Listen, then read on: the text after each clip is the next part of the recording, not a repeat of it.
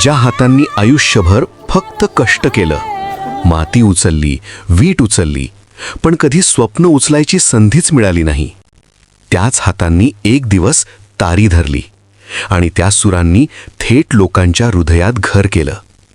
ही गोष्ट आहे कडूबाई खरात यांची. एका छोट्याशा झोपडीत सुरू झालेलं आयुष्य, पोटाची खडगी भरण्यासाठी दिवसभर मजुरी, घाम गाळून जगणं आणि रात्री थकून कोसळणं, हेच होतं त्यांचं रोजचं वास्तव. पण प्रत्येक संघर्षामागे एक सूर लपलेला असतो. फक्त त्याला बाहेर येण्याची एक संधी हवी असते. 2020चा लॉकडाऊन. जग थांबलं होतं, पण त्याचवेळी एका साध्या मोबाईलमध्ये रेकॉर्ड झालं एक गाणं.